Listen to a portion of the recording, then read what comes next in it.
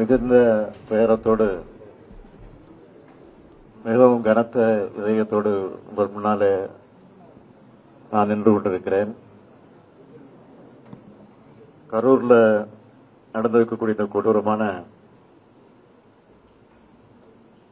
செயலை பற்றி, விபத்தை பற்றி விவரிக்க முடியாது. அந்த அளவுக்கு ஒரு சோக சூழ்நிலை ஏற்பட்டிருக்கு. அதை பத்தி விவரமா சொல்லக்கூடிய மனசு கூட என்னுடைய மனசுல இடம் கொடுக்கல. அந்த அளவுக்கு நானும் வேதனையில் இருக்கிறேன். நேற்று இரவு ஒரு 7:45 மணி அளவுக்கு சென்னையில அதிகாரிகளோடு கலந்து பேசிக் கொண்டிருந்த போது கரூர்ல இப்படி ஒரு சம்பவம் ஏற்பட்டிருக்கு. கூட்ட நெரிசல்ல மூச்சுத்திணறல் ஏற்பட்டு பல பேர் மூச்சுத்திணறலுக்கு ஆளாகி மருத்துவமனைக்கு அழைச்சிட்டு போறாங்க அப்படின்னு ஒரு செய்தி எனக்கு கிடைச்சது. செய்தி கிடைச்ச உடனே இந்த கரூர் தொகுதியினுடைய சட்டமன்ற உறுப்பினர் முன்னாள் அமைச்சர் செந்தில் பாலாஜியோடு நான் தொடர்பு கொண்டு இந்த மாதிரி செய்தி கேள்விப்பட்டன, உண்மையா, உடனடியாக நீங்க மருத்துவமனைக்கு போங்க, போய் என்னன்னு பாருங்கன்னு சொன்னேன். அதுக்கப்புறம் கலெக்டர் இடத்துலையும் தொடர்பு கொண்டு நான் கேட்டபோது அவரும் சில விஷயங்களை எல்லாம் சொன்னாரு.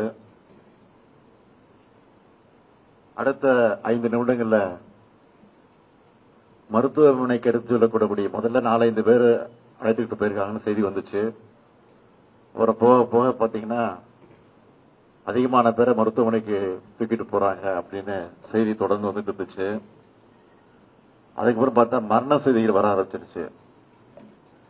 நான் கொஞ்சமும் எதிர்பார்க்கல. அது மரண செய்தி வர ஆரம்பிச்சோன்னே எனக்கு ஒரு அச்சம் ஏற்பட்டு உடனடியாக இந்த மாவட்டத்தினுடைய சுற்று வட்டாரத்தில் இருக்கக்கூடிய நம்முடைய அமைச்சர் பெருமக்கள், பக்கத்தில் இருக்கக்கூடிய மாவட்டங்களில் இருக்கக்கூடிய அமைச்சர் பெருமக்கள் எல்லாம் தொடர்பு கொண்டேன். அந்த அடிப்படையில் அன்பில் மகேஷ் தஞ்சாவூருக்கு போயிட்டு இருந்தாரு.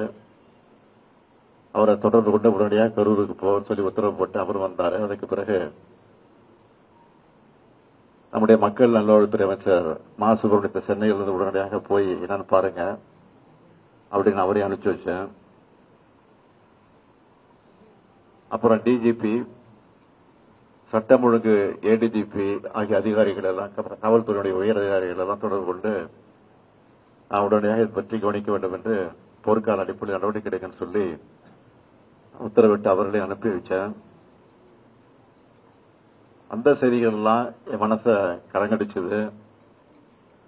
அதுக்கு பிறகு உடனடியாக நான் தலைமைச் செயலகத்துக்கு போய் அங்க நம்முடைய மூத்த அமைச்சர் துரைமுருகன் அவர்கள், நேரு அவர்கள், வேலு அவர்கள் அமைச்சர்கள் சென்னையில் இருந்தாங்க. அவங்களையும் கூப்பிட்டுட்டு தலைமைச் செயலகத்துக்கு போயிட்டேன். அதிகாரிகளையும் அழைச்சு, டிஜிபியும் அழைச்சு, அதுக்கு பிறகு கலந்து பேசி என்னென்ன செய்யலாம், என்ன நடவடிக்கை எடுக்கலாம், எப்படி நடந்துகிட்டு இருக்குன்னு விவரம்லாம் கேட்டேன். எல்லாரையும் முக்கியமான பல்வேறு மாவட்டங்களில் இருக்கக்கூடிய மாவட்ட ஆட்சித்தலைவர்கள், அதிகாரிகள், கரூரை ஒட்டி இருக்கக்கூடிய 5-6 மாவட்டங்கள் இருக்கக்கூடிய அரசு அதிகாரிகள் எல்லாம், மருத்துவர்கள் எல்லாம் உடனடியாக அந்த பகுதிக்கு கரூருக்கு போகும்படி உத்தரவிட்டு அவங்க எல்லாம் வந்து சேர்ந்திருக்கிறாங்க. அதெல்லாம் விசாரிச்சேன். ஆக இப்படிப்பட்ட நேரத்தில் பொதுமக்களும் ஒத்துழைப்பு தர வேண்டும் என்று நான் கேட்டுக் கொண்டிருக்கிறேன். அது சம்பந்தமாக அறிக்கையும் வெளியிட்டிருக்கிறேன். பெரும் துயரத்துக்கு இந்த சம்பவத்தில் மொத்தம் 39 உயிர்கள் இதுவரைக்கும் நம்ம இழந்திருக்கிறோம். இதுல ஆண்கள் 13 பேர், பெண்கள் 17 பேர், ஆண் குழந்தைகள் 4 பேர், பெண் குழந்தைகள் 5 பேர். ஒரு அரசியல் கட்சி நடத்தின கூட்டத்தில் இத்தனை பேரை இழந்த துயரமான சம்பவம் என்பது இதுவரை நடக்காதது, இனிமேல் நடக்கக்கூடாதது. மேலும் 51 பேர் தீவிர சிகிச்சை பிரிவில் அனுமதிக்கப்பட்டு சிகிச்சை பெற்றுக் கொண்டிருக்கிறாங்க. அதுல 26 பேர் ஆண்கள், 25 பேர் பெண்கள். இவங்க எல்லாரும் விரைவில் குணமடைந்து நலமடைந்து விரைவில் வர வேண்டும் என்று நான் நம்புகிறேன். வருவார்கள் நிச்சயமாக நான் நம்புகிறேன். இறந்து போன அந்த உயிர்களுக்கெல்லாம் கனத்த இதயத்தோடு நான் அஞ்சலி செலுத்துகிறேன். அவங்க குடும்பத்துக்கு என்ன ஆறுதல் சொல்லி தேற்றுவது என்று தெரியாமல் திக்கு முக்காடி கொண்டிருக்கிறேன்.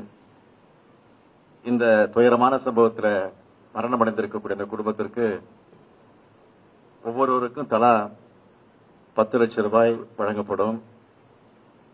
அது முதலமைச்சர் பொது நிவாரணத்திலிருந்து வழங்கப்படும் என்று ஏற்கனவே அறிவித்திருக்கிறேன்.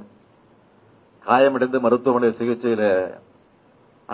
சிகிச்சைக்கு அனுமதிக்கப்பட்டிருக்கக்கூடிய அவர்களுக்கு தலா 1 லட்சம் ரூபாய் வழங்கப்படும் என்று அறிவிக்கப்பட்டிருக்கிறது. அது மட்டுமல்ல, ஓய்வு பெற்ற உயர்நீதிமன்றத்தினுடைய நீதியரசர் திருமதி அருணா ஜெகதீசன் அவர்கள் தலைமையில ஒரு நபர் விசாரணை கமிஷன் ஆணையத்தை உடனடியாக அமைக்க நான் உத்தரவிட்டிருக்கிறேன்.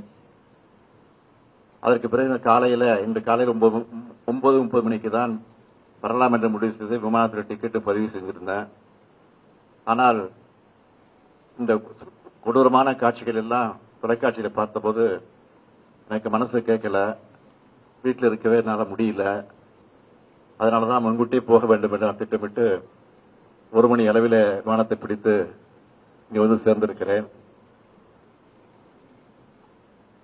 ஆகவே மீண்டும் மரணமடைந்திருக்கக்கூடிய அந்த குடும்பத்தை சார்ந்தவர்களுக்கெல்லாம் மீண்டும் ஆறுதலை தெரிவித்துக் கொள்கிறேன். காயமடைந்தவர்கள் விரைவிலே குணமடைய வேண்டும் என்றும் என்னுடைய ஆசையையும் வெளிப்படுத்துகிறேன். நன்றி, வணக்கம்.